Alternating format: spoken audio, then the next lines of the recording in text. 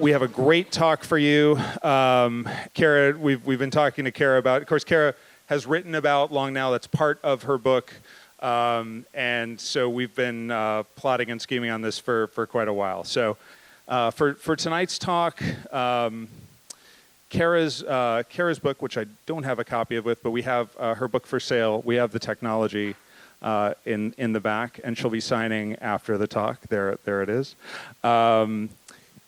As you're going to hear, looking at the way that humans are looking into the future, extending and expanding the ways that we are human from what's at the core.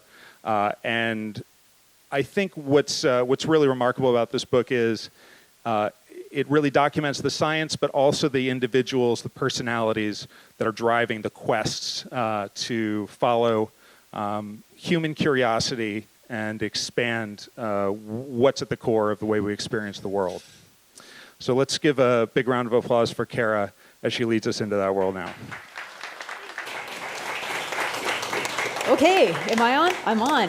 Hello, friends of the Long Now. I'm so excited to be here. I love this place. So, let me make sure that this is working. Oh, yeah. Okay. That's me. So I fully accept that nobody has any idea who I am. So these are usually the questions that people want to know, which is, who are you, and how the heck did you report this monster? So I am a science journalist. I teach at UC Berkeley in the Graduate School of Journalism, and I essentially took a year off to go out and I sofa surfed the world to report this book. I'm not a cognitive scientist, I'm not a psychologist, I'm not a neuroscientist, but I thought those people were really amazing.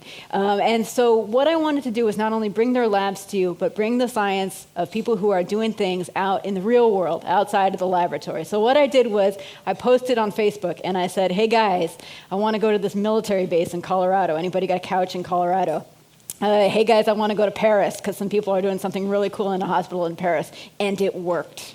So I went to 8 US states and 4 countries, sofa surfing on people, and I thought sofa surfing on people's couches, and I thought I can show you in 2 minutes where I went and what I did. So I went here and I went here. Anybody know what that is?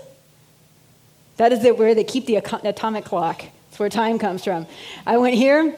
This is Monell Chemical Senses Center. This is kind of like the Wonka factory for smell and taste research. I went to a lot of places that look like this.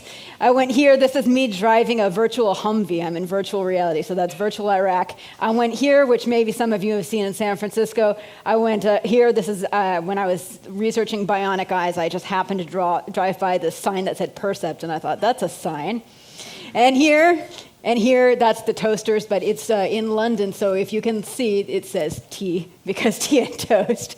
And here, and I smelled this thing, and I smelled those things, and I drank that thing, and I wore that thing, and I unfortunately wore that thing, and I wore those things. And I met this robot part, which is meant to help this robot. Anybody know what that is?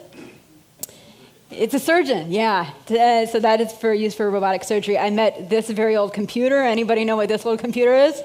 Yeah, very good. In order to understand that very new computer, which is standing right behind you. I got these. These are augmented reality tattoos. They animate in a mirror. I got a lot of shots. I turned a lot of stuff that looks like this into stuff that looks like this. And I turned these into those. And I turned these into that. And I drank a lot of this, which is black blood of the earth, the most caffeinated coffee on earth. Yeah. And that's what I did to my computer. I don't know if you can see it, but those keys aren't just worn off. They're actually cratered. And I did that to my wrist, and I did that to my couch. And at one point, my students took pity on me and sent me this care package. Those are thinking socks. They're really good students. And finally, this happened, and then this happened, which is the last phase of the edit. And then this happened, which is the debut of the giant head, my cover art. And finally, here we are now. So that's it. All right. So what's inside the giant head? So here I want to give you just a quick overview of what I'm not going to talk about tonight before I get into what I am going to talk about, right? So this book is about sensory perception. In other words, it's about the experience that your head creates for you of the world, right? And how you can hack it. And the starting point of this book on page 2 basically is the idea that there is no one single reality. And once you get over that idea, the rest of the book is just a long coast downhill, right? So what I mean by that is there's no one single concrete experience that we all share. And when you think about it, that makes sense because we're all genetically different. Our bodies and our brains are all different. But it also makes sense because perception is extremely malleable, right? Your brain has to deal with much more information than it could process individually. So your brain has to filter. And the way you filter, the way you learn to attend to certain things is different. There are a lot of factors that change that. And most of all, your senses are limited. So we only have 5 portals, right? You have sight, you have sound, you have smell, taste, and touch. But we know that there's more information in the world that we can't pick up. How do we know? Because other animals can sense it, right? So sharks can sense electricity. We can't. We don't have the right gear. We only see the spectrum we call visible light, but we know that there's more information outside of it. There's the infrared, which some kinds of animals like the pit viper can sense. And there's the ultraviolet, which the honeybee can sense, helps them land on the right flower, right? And we know that there are magnetic fields, and lots of animals that migrate north-south can sense magnetic fields, right? Sea turtles, certain kinds of fish, the monarch butterfly. There's even evidence that some kind of bacteria can do that, not because they migrate, but because they need to orient themselves in the mud that they live in, right? So when I met with a group of biohackers called Grindhouse Wetware, they were out in Pennsylvania, they were really mad about this. They were frustrated, right? They were saying, why can't we sense the infrared, right? What's so great about the mantis shrimp and the honeybee, right? Why couldn't we see a sunset in infrared and ultraviolet? So they and other people like them are experimenting on their own bodies. They're trying to expand or enhance their senses. And they were kind of an extreme of the people that I met, but they were part of a much broader field of endeavor, right? This is a book, it's 11 stories about people who are all pushing the limits of sensory perception. So I met soldiers, I met surgeons, I met perfumers, I met picklers, I met clockmakers, some of them in this room. I met I met people who build robots, and I met neuroscientists, right? And let me give you an example of some of the people I met. I met Dean Lloyd, who's one of the first people on the planet who has ever relearned how to see.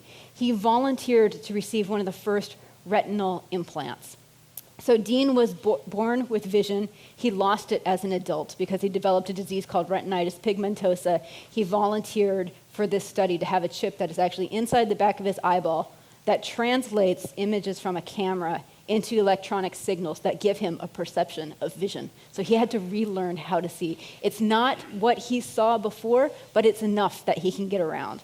I met Sherry Wren, who's the surgeon who drives that surgical robot you saw, and I watched her remove somebody's gallbladder from the other side of the room. And the amazing thing about that is that robot gives her no touch feedback. She's doing it all visually.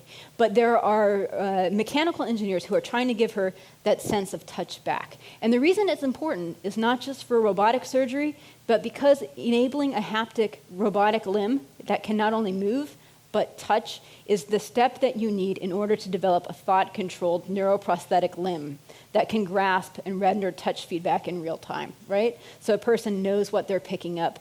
They know how hard they're gripping it. I went to a military base in Colorado. That's where you saw me driving the Humvee to learn about using virtual reality to treat post-traumatic stress disorder.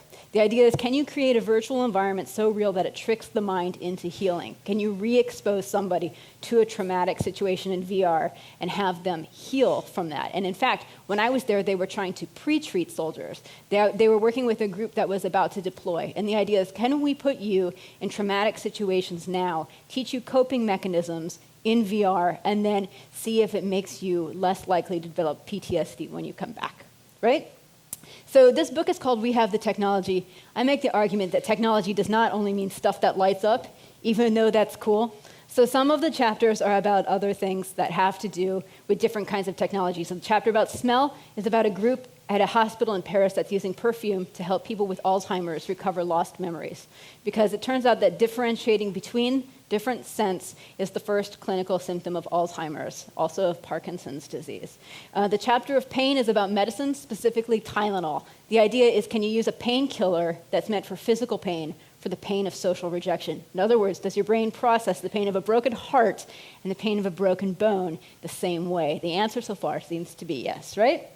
So for what I wanted to talk to you about tonight, it's a different kind of technology, and I think you're going to get it. My story starts with the search for a sixth taste, and it starts here at the Denver Museum of Nature and Science. And yes, those are child-sized lab coats, the most adorable thing in the universe.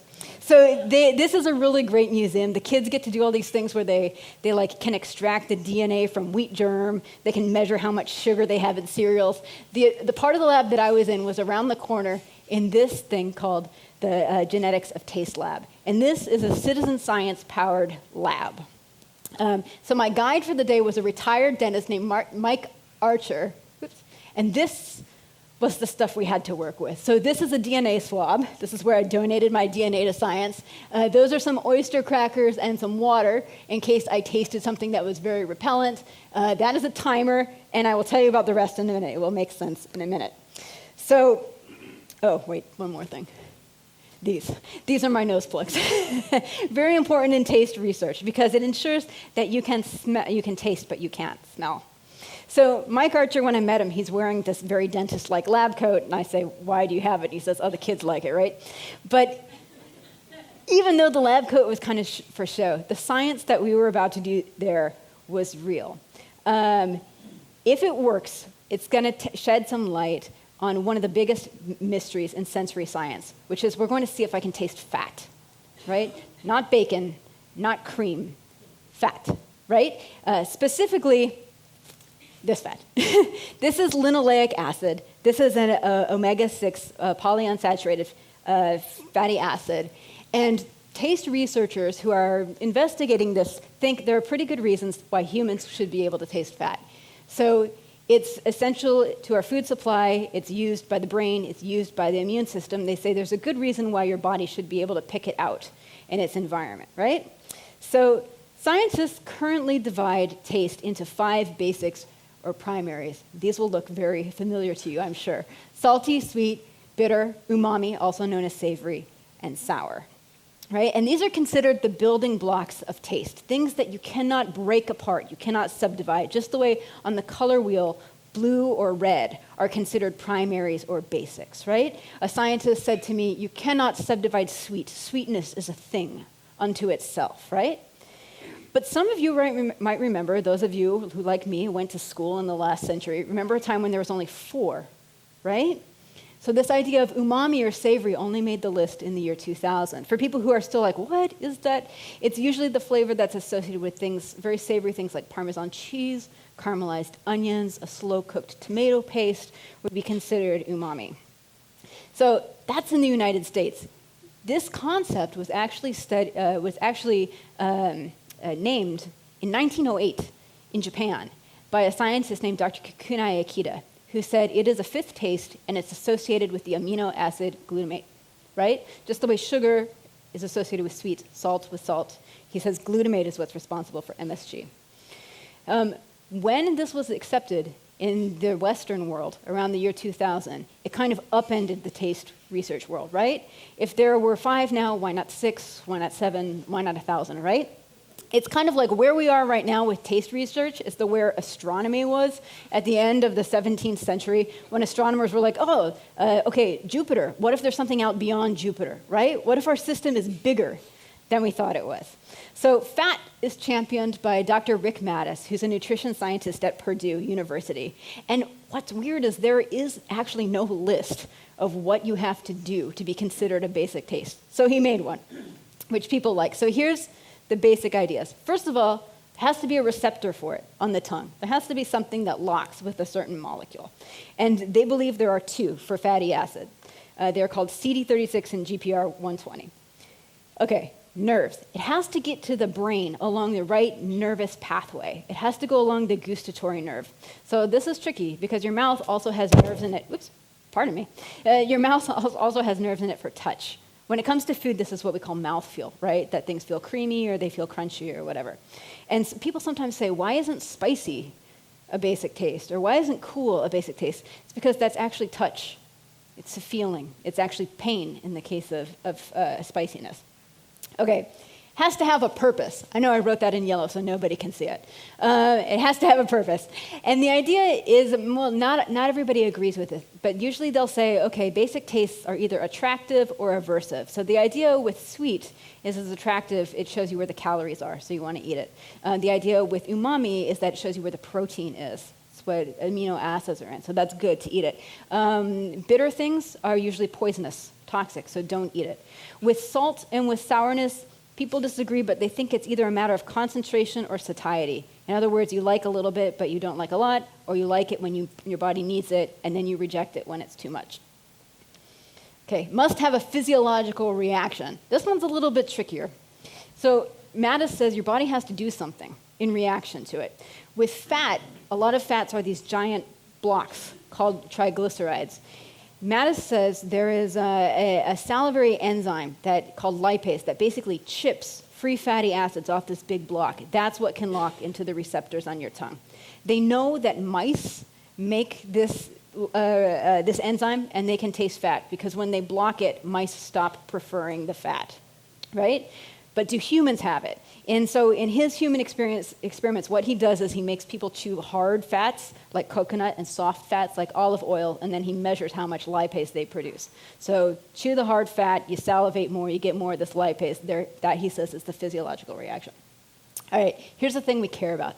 Can anybody actually sense the darn thing, right? And can they actually distinguish it from the other 5 that we have? So that's why I went to the museum, right? And that's where you come in. We're going to try an experiment based on the museum's experiment. We're going to see if this works. We're going to see if people can taste fat. So, Michael, do you have the fat strips queued up somewhere? Yep. Yeah, okay, awesome. So the museum was very, very kind to send us some examples of the fat strips that I tried. We're going to see if this works because they have traveled a great distance and success is not guaranteed. So don't eat anything yet. I'm going to tell you what we're going to do.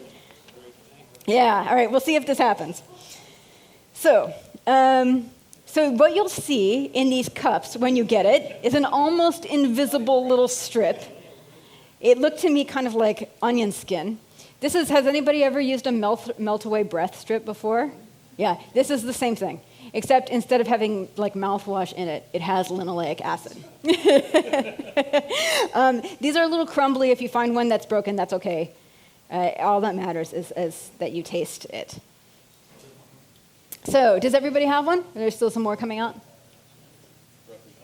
Okay, we're going to see if this works. Okay, so here's how it's going to go. Don't do it quite yet. But I don't have nose clips for you. So you're going to have to, yes, exactly, do this. Mimic it yourself. Then plug your nose, put the fat strip in. You want it to be back pretty far on your tongue. And then we're just going to let it dissolve for 45 seconds, right? 45 seconds.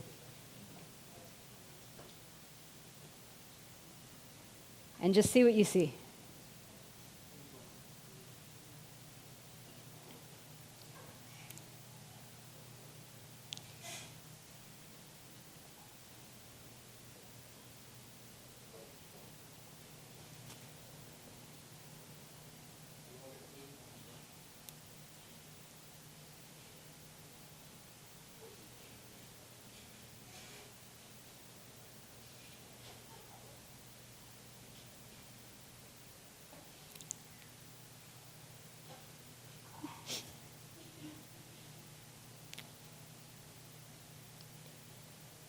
Okay, now before it's gone, unplug your nose and see if that changes anything for you.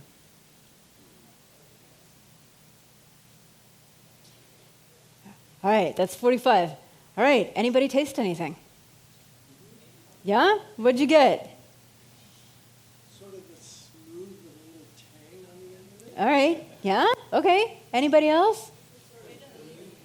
Sorry? Like meat. Oh, interesting. Yeah, okay, sorry. Did you say something right here? Yeah, it was kind of, I think if I didn't know it was fat, I might have trouble pinpointing it, but it tastes a little like fat. Right? Yeah, okay, all right. Ooh, candle wax. Interesting. Aftertaste of chicken skin. Aftertaste of chicken skin. Okay, anybody else get anything that was really different? It was like starchy water after you boiled pasta. I love it. For anybody, did you find the experience change when you unplugged your nose? Yeah. So for people, how did it change? For those of you where it changed? Well, it tasted like cellulose when you unplugged it. Yeah. Well, it is on this wafer thing, right? Yeah. Who said bitter? Bitter. Bitter, bitter. Oh, this is it. You're my people, right? Because that's the experience I had too. But this is real. Oh man, this is so interesting. Okay, so I'm really glad it worked. I was a little bit worried that the strips might not have survived the journey. Okay, so here's why I said plug your nose first and then afterwards. It's because this is the grossest picture I could find of what the inside of your head looks like. Found this on a doctor's office. So what most people think of as taste is actually more accurately called flavor. It's the combined work of the nose and the mouth working together. So when you eat, basically scent molecules kind of travel up this back passageway to your nose, and your brain processes them in combination. This is why when you have a cold, food really sucks, right? Because you're not getting that half of the equation, right? So here's what happened to me when I was at the museum. What did you sense? We had a whole wide variety of experiences here. This was my first reaction. I was with the people who said bitter, but here's the problem.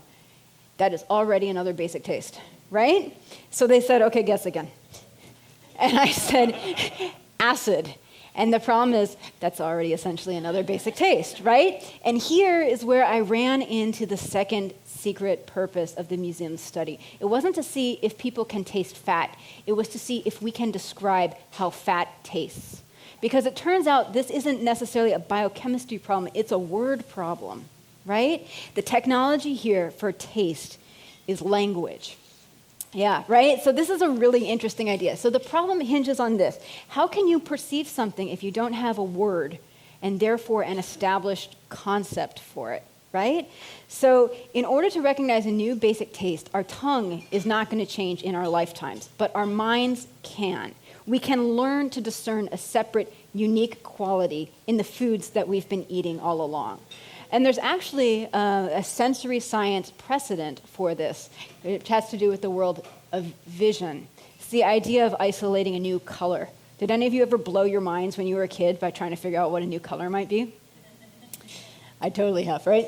So the idea is there are certain cultures in the world where the language has not built separate words for blue and for green.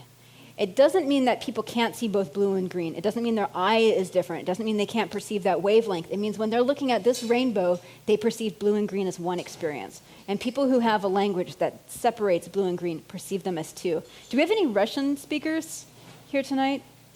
I was speaking about this with somebody who is a native Russian speaker, and she said, actually, in Russian, we split blue into two different words, two different concepts, one that's kind of a cyan and one that's kind of an indigo blue. And those to us would be two discrete categories of things, right?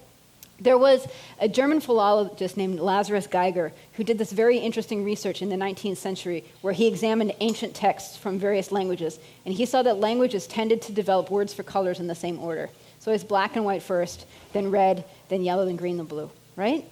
And at the time, he thought maybe this is actually anatomical evolution. Maybe people's eyes are actually changing. But today, people read it as, no, it's actually either a cultural or a linguistic adaptation. Either people have come up with the concept of the color or invented a word for it, or the other way around. They've invented the word and learned to perceive the color as separate, right? And where you are kind of depends on where you are in that debate. So maybe fat has been in the taste rainbow all along, and we just don't have the word to pick it out, right? We default to its nearest neighbor, which for some of us might have been bitter or sour, and for some of you might have been meaty or savory or something like umami, right? So when I talked to Dr. Nicole Garneau, who's the Denver Museum's curator of human health, she's the person who set up this experiment, she said, oh, this is a total word problem. We couldn't even put out a press release. It was hard to figure out what to call this thing, right? They ended up calling it fatty acid taste, but she says it's accurate, but but what does it mean? Nobody cares. Nobody has a mental percept for what fatty acid should taste like. So what they're doing at the museum is essentially crowdsourcing. So they don't just ask you, can you taste it? They ask you to describe how it tastes. The idea is, can the 1,500 people who undertake this experiment kind of collectively come up with other words that other people will recognize for how fat tastes, right? So here were my very helpful contributions to taste science. For taste, these were my words: cleaner, solvent, and PVC pipe. You know, I immediately went to metaphor. I could not think of an adjective for it.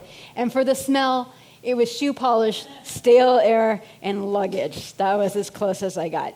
I asked them if they would share with me their preliminary results. So here are the results from the first about 700 people as of last April. So the top 3 for taste were bitter, buttery, and nothing, which is actually pretty much like what people said in this room, right? And for smell, it was nothing, paper, and cardboard, which again is very much like what some people said in this room. And I said, okay, give me the outliers. I want to know the weird ones. And for taste, it was rotten icing, ocean water, dandelions, and gummy bears.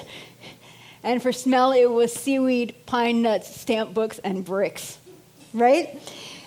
So why? Why might there be this? I should say also there was an extra phase of the experiment we did at the museum that we couldn't replicate here. We did what's called scaling tests. They gave us 4 wafers that each had a different amount of the linoleic acid in it, including some that were the placebo. They had nothing. And then they would say, rate it on a scale of 0 to 10. How strong is this taste?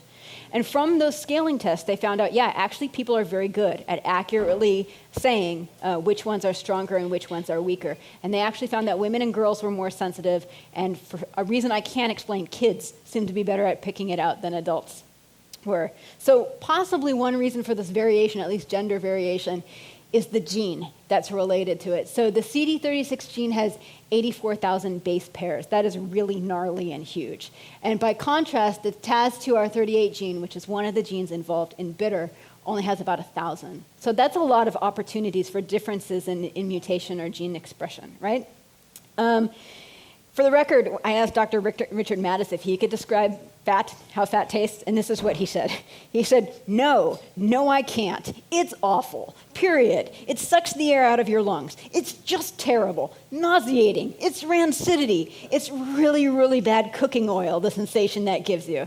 And he says, at first, most people default to something like bitter, but he says he doesn't think that's actually the word. It's just a way of saying that is bad, right? So, and I said, okay, why? Why should this be so gross? Especially because most fatty foods, if you think about it, are very, very pleasant to eat, right? Like ice cream is bacon, right? And he says, okay, fat, the texture of fat, the mouthfeel of fat should be pleasant because we need to eat fat. That's good for us. But free fatty acids are generated when food spoils. And he says, so it should be aversive. You should actually know, no, I don't want to eat this. It could make me sick. Now there's another X factor, which is that people are enormously suggestible when it comes to the flavor of things. And Dr. Garneau she's a geneticist. Her background is in yeasts. So she works with a lot of winemakers and beer makers. And she goes to a lot of events where there's wine and beer. And she was telling me a story about she and her husband were at a wine tasting, and her husband, just to see what would happen, said, this has a real gunpowder quality to it. And then to her horror, other people in the room started saying, yes, I can taste the gunpowder, right? And she says, when somebody tosses out an unlikely term, when you're trying to figure out a taste, you're going to latch onto it. Your brain's going to be like, yes, that's it, because I can't come up with the language. And that's just for things that are familiar, like wine.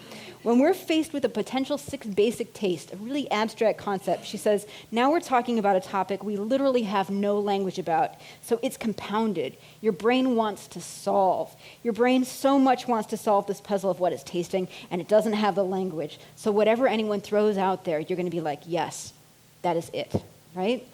So that's what they're up against. I want to just give you a couple of other ideas very briefly that I introduce in this chapter, which is one of the other problem that they're up against is that taste science, like most sciences that have to do with perception, used to be about the mind. They used to be psychological and behavioral sciences. So the way you studied these things was you took a person or an animal and you gave them a stimulus and then you saw what happened, right? So with food, you would give them a food and then you would see, do they like it? Do they eat more of it? Do they avoid it? Do they spit it out, right?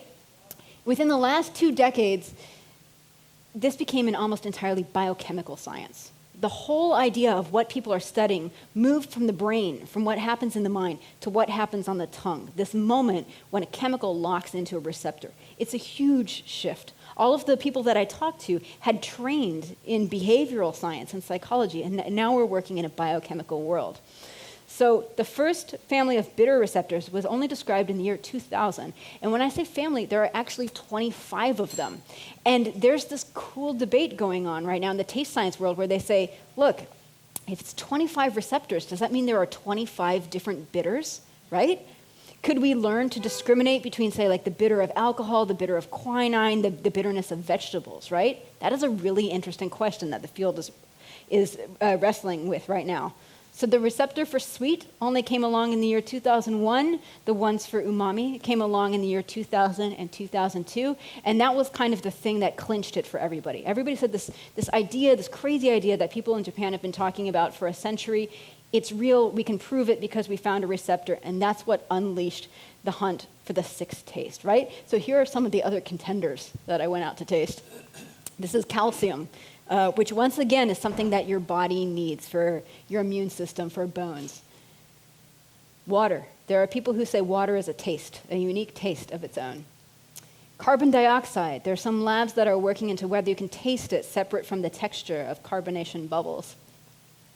This is this really weird mystery. This is some polycose. It's something only rats and mice can taste. So there's pretty good evidence that rats and mice can distinguish between 3 different kinds of sweet. Basically, they can tell the difference between long starch changes, medium, and short ones. And the scientist who's holding this, Dr. Michael Tordoff from the Monell Chemical Senses Center, is saying, nobody can figure out why this man-made thing should be so nice for a rat. But they love it, right? I actually ate some. I was like, could I have some polycose, please? And it tasted like ground styrofoam. I got nothing out of it. And then this, you know how I said it was like astronomers after this discovery of Jupiter? This is Pluto. This is the thing that nobody can agree whether or not it's a legitimate contender. This is a powder called kokumi powder, and the people who are behind kokumi say they stop short of calling it a taste. They say it's an effect or a phenomenon, and the idea is it is a basic taste or a basic taste phenomenon that makes the other basic tastes taste better. It tastes like nothing on its own, but it enhances the other. So they say it makes sweet sweeter, salt saltier, savory savorier. And the people who are researching it are kind of researching it as a food substitute additive. Like, could you make things saltier without actually putting a lot of sodium in the food? Now, a lot of scientists in the United States say, this is weird. We don't get it. This is they're like, emperor's new clothes, right?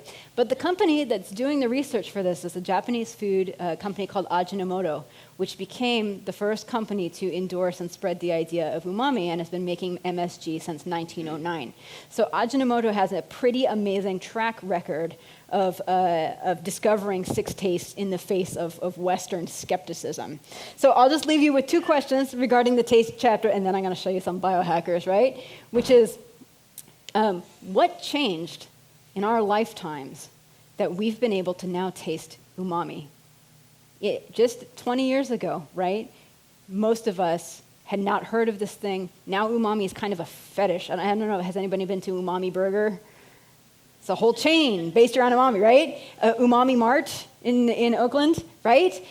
People who like umami really like umami. So what changed? What happened to us that in our lifetime we adapted to it? And then the other question is, how did it happen in Japan a century earlier, right? Can I ask a question? Yes. So in the Laszlo research, the reason that blue is supposed to be last is not because we don't see blue. The sky and the ocean are Right. blue, but then we didn't have artificial blue. Yeah, It's got I've to be heard blue. that. So polycose or anything where you can say, if there was a Girl Scout cookie that tasted like fatty acids, people might say, that's, Mont or whatever it would be called. So you you- need an artificial version of it for it to become a matter of culture within You need an exemplar, right? Yeah. And in my book, I argue that in Japan, the exemplar is this thing that I've very poorly portrayed here, which is a broth called dashi, right? So I want to show you really quickly something about the search for a sixth sense.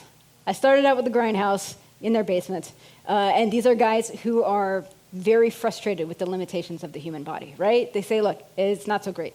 If you had to engineer it, this is not what you would come up with, right? They said it's a bad platform for supporting consciousness.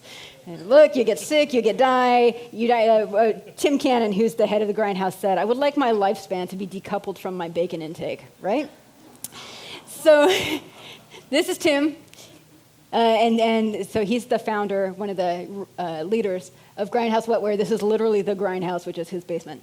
And when I met Tim, they were working on this concept called Circadia. So this is a very blurry picture of Circadia on a breadboard.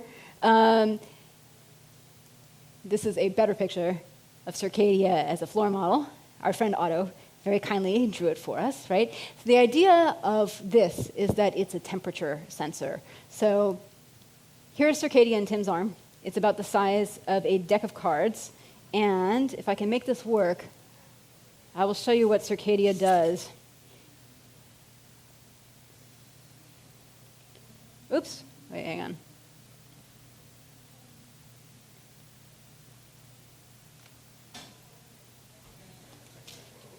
So he's charging it. Yeah, so he's holding a charging coil up to his arm. I asked him to do it again because I moved the camera. But you can see, there it goes. He's saying I got the signal. So this Circadia was a test concept. What it does is it takes Tim's temperature and it ports that information via Bluetooth to his cell phone, right? So he can kind of look at it and go, what's going on, right? You might say, what does that have to do with sensory perception? It has nothing to do with sensory perception. This is basically to make sure that Tim didn't die. They wanted to see if they could build it, put it in his arm, if it would breach, if something would leak, if he would develop a massive infection, if it would pop out of his skin. You saw it's pretty big. It's close to the skin. The corners are perhaps not as rounded as he would ultimately have liked it to have been, right? But it was kind of a trial device to see if they could build it. It took him about 3 years. He wore it for 3 months. Then they realized that it was expanding. The battery was expanding due to the heat of the charging coil, so they took it out. Also, people asked me, did they put it in themselves? No. They went to a professional piercer/body modder to do it. So when I met them, they were working on something that really would be a sensory perception hack. They were working on this idea for a device called North Star. And the idea for North Star is that it would be a compass that would go in the back of your hand, and it would light up when you faced north. So that was the idea. So this is where they were with North Star when I was there. That was it. Wires and a soldering iron, right? This is North Star maybe about a year ago. This was their first demo model. You can see it's about the size of a quarter. This is North Star ready for implant, and this was North Star this Thanksgiving. So yeah, so this is Justin Wurst, who sent us these pictures. He has it in his hand. This version lights up, but it doesn't actually have the compass element in it. That's going to be the next version. So that's where they are now. They've made it, they've built it. There are about 5 or 6 people who have it, and that's as far as they've gotten. So that's it. That's it for me. I'd be happy to take some questions if you have some.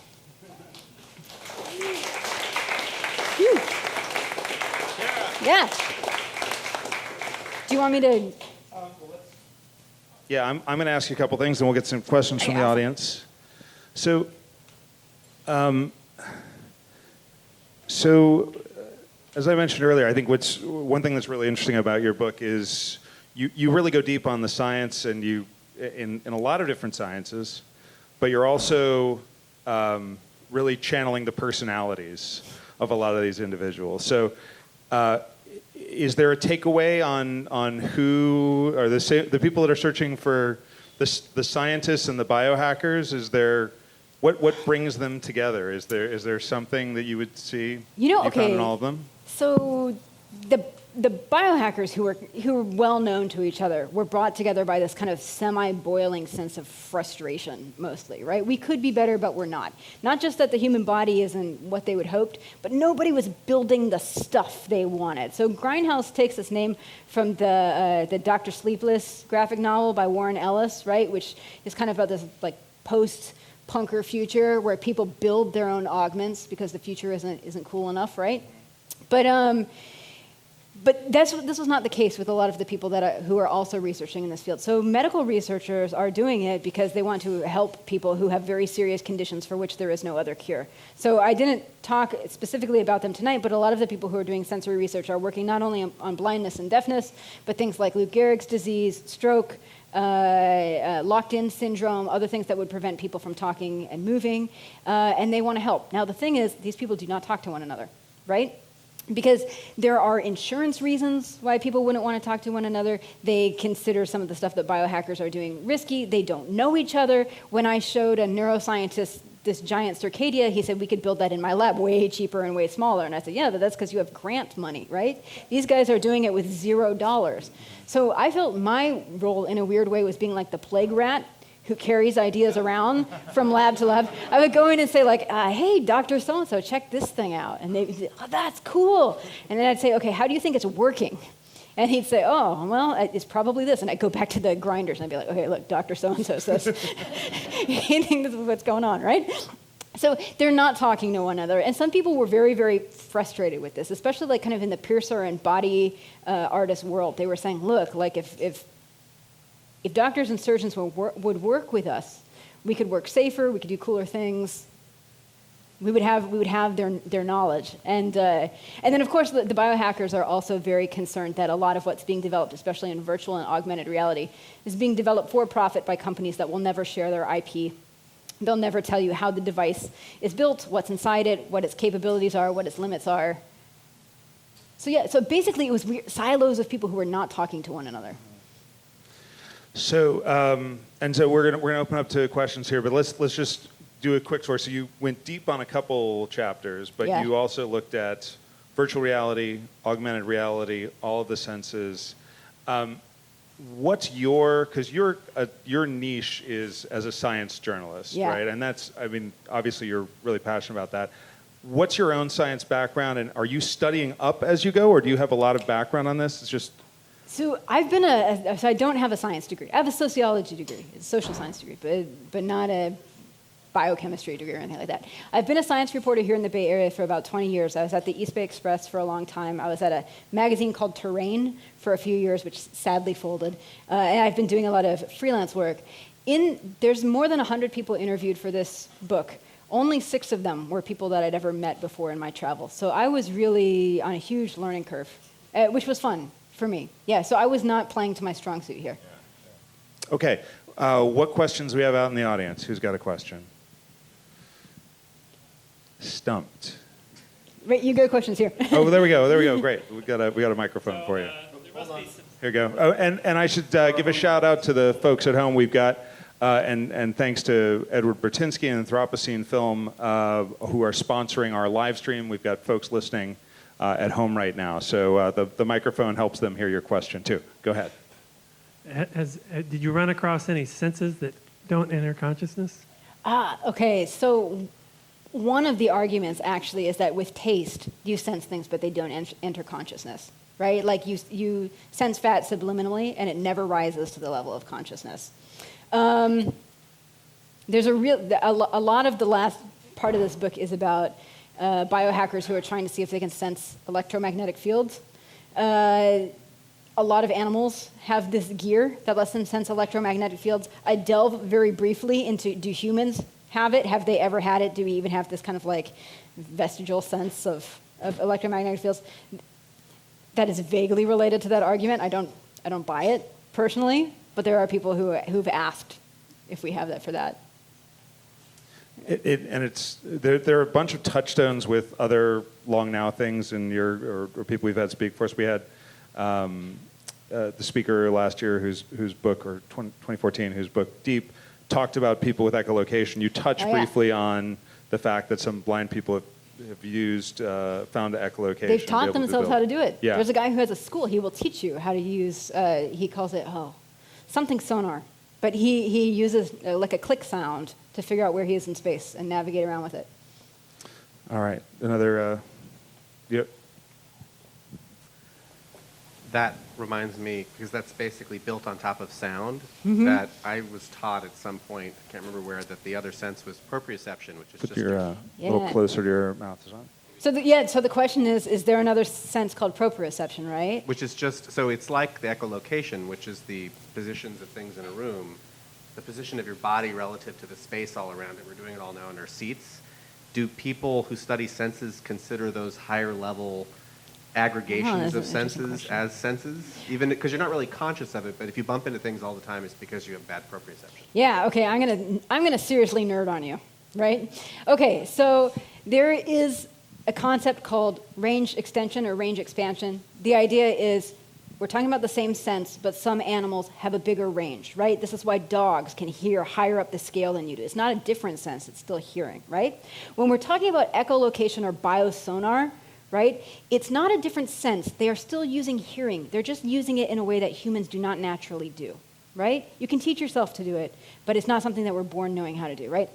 Now, you bring up the example of proprioception. Proprioception means your sense of where your body is in space. It's what lets you do this with your eyes closed, right? I know where my arm is. So some researchers categorize that as a subset of touch. And there's this weird wiggle room, actually, with touch. Some people consider pain to be a subset of touch as well. In the book, I make an argument that actually it's what I refer to as a polysensory experience or a metasensory experience, meaning that it takes information from multiple channels and creates this experience that you have in your head. And the reason I argue that it's not purely touch is because, for example, a light shining really bright in your eye would be painful. A scientist said to me a gunshot near your ear would be painful, and those aren't touch, but it is pain. Right? So there's all these weird divisions about how do you slice it. And when I would look at old textbooks, they would slice it up differently. So I do think it's moved around a bit. But that was a cool question. So my question, oh gosh. Yeah, you're good. So were you able to interview anyone that talked about synesthesia or had experience with synesthesia? Like what level do you have those wires that get crossed? Are they crossed? Are they the same? Yeah, man, I wish I did. That was the chapter I didn't do.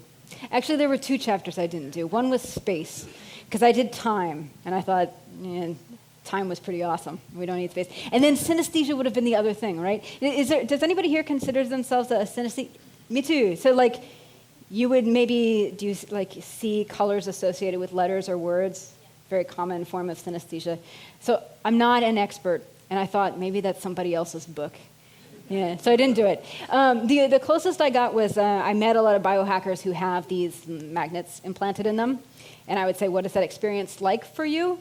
And people would say it's kind of a synesthesia in that it kind of combines elements of touch with elements of something else that I don't know how to describe.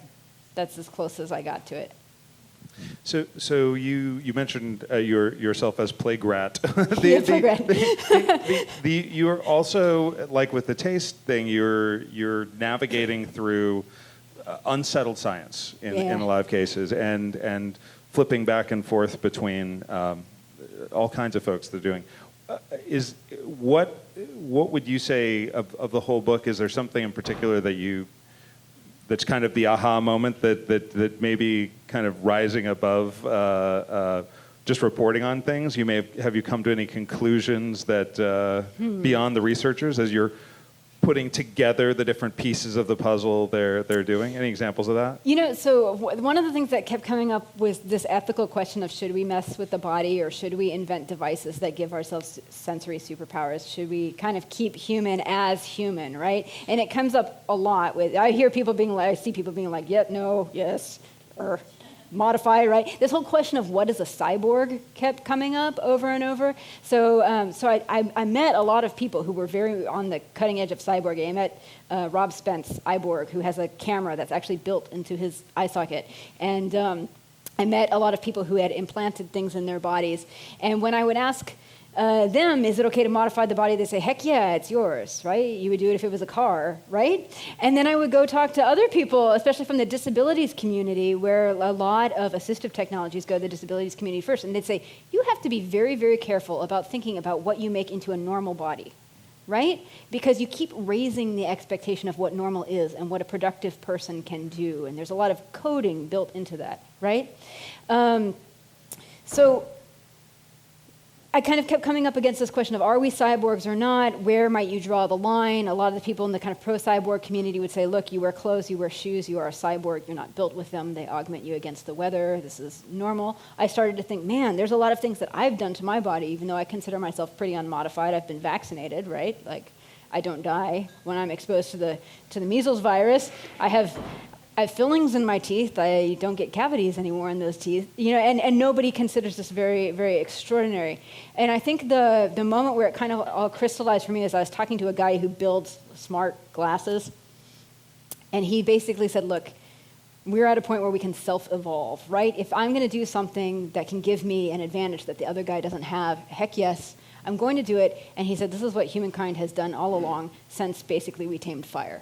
This is just what people do, right? And I thought, and that's kind of where for me I thought, you know what? It's not different. It's more pervasive. It's more subtle. You can wear it on the body. You can wear it in the body. The main question is not, do we hack ourselves? Do we give ourselves technology? The question is, when will it get to the point where we've so subtly altered ourselves that we don't know that it's on, right? I think for me, that's the big difference. Great. I have a two-parter. First, what was the most interesting VR-related experience that you had or that you saw? Yeah. And secondly, what do you want out of VR? Like having seen it, where do you want it to go? Oh, that's cool. Okay, so for VR, I kind of had experiences with two labs. I wanted to do this kind of hard, super realistic experience, which was the military experience, where they really try to simulate what it's like to be in combat. So in the travel lab I saw, we just wore goggles, but if you went into their real lab, they would pump in smells, they would vibrate the floor to emulate kind of driving, motor shaking explosions and stuff like that.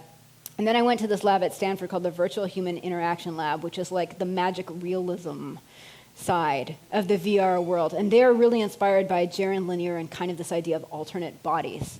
So one of the things that I did in there was, they never told me what I was going to do. They just said, come to the lab. And I got there one day and they said, get down on all fours and wear these like infrared markers. They put them on my back and they put them on my arms. Okay, fine.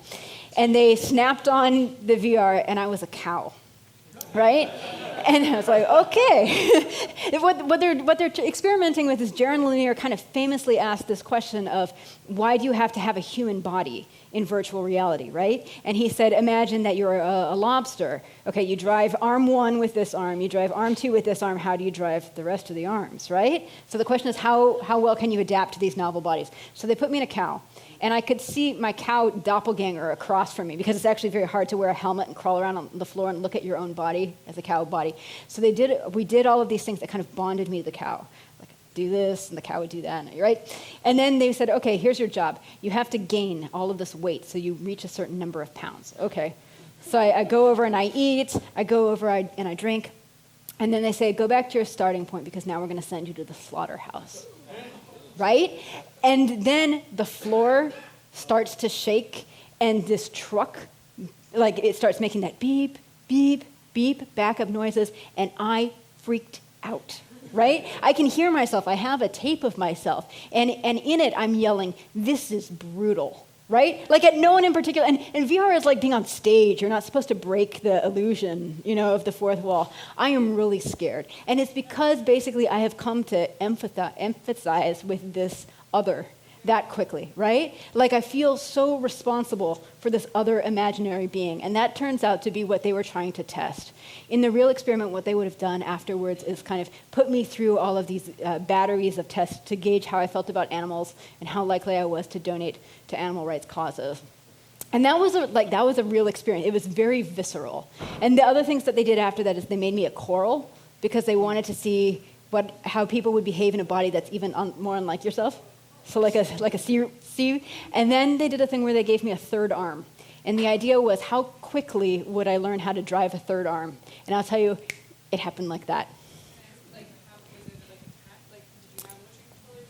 It was, okay, so in VR, the third arm is coming out of my chest, and I'm wearing controllers on my wrist. They didn't tell me how to drive it. They just said, make your third arm move. They said, tap that thing.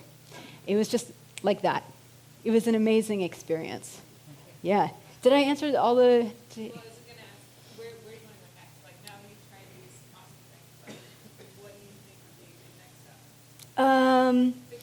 Yeah, Next step big for question virtual reality. for virtual reality.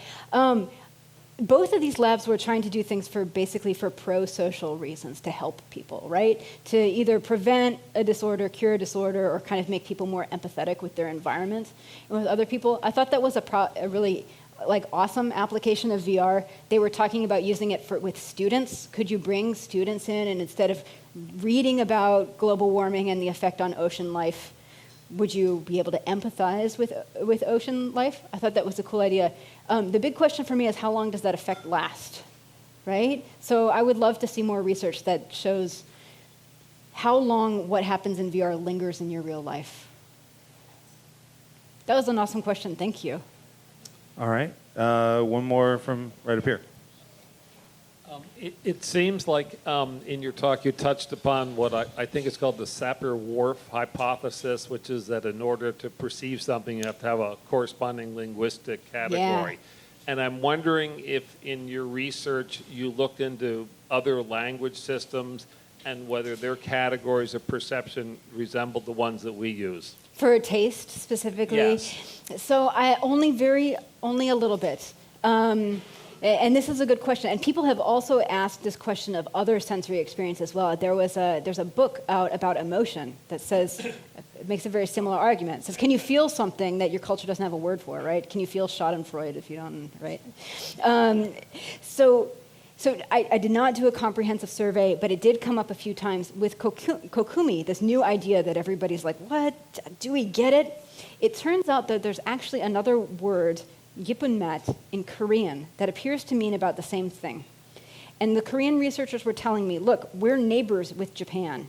And the reason we're not talking about this, we're not finding it in our food, is because we're separated by this language. And they thought the reason that kokumi research is so marginalized is because there's not a universal word that everybody recognizes. That's as close as I got.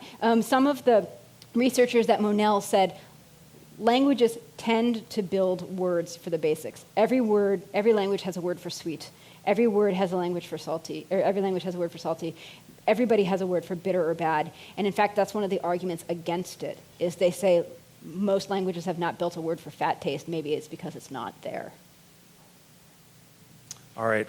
So that's going to do it for our Q&A, but you're not going away. You're going to stick around here. We've got Kara's book on sale in the back. You can come up and just chat with her. She's hanging out, or she'll sign your book. Right now, you're teaching right now, or you're not working? Are you? I'm teaching.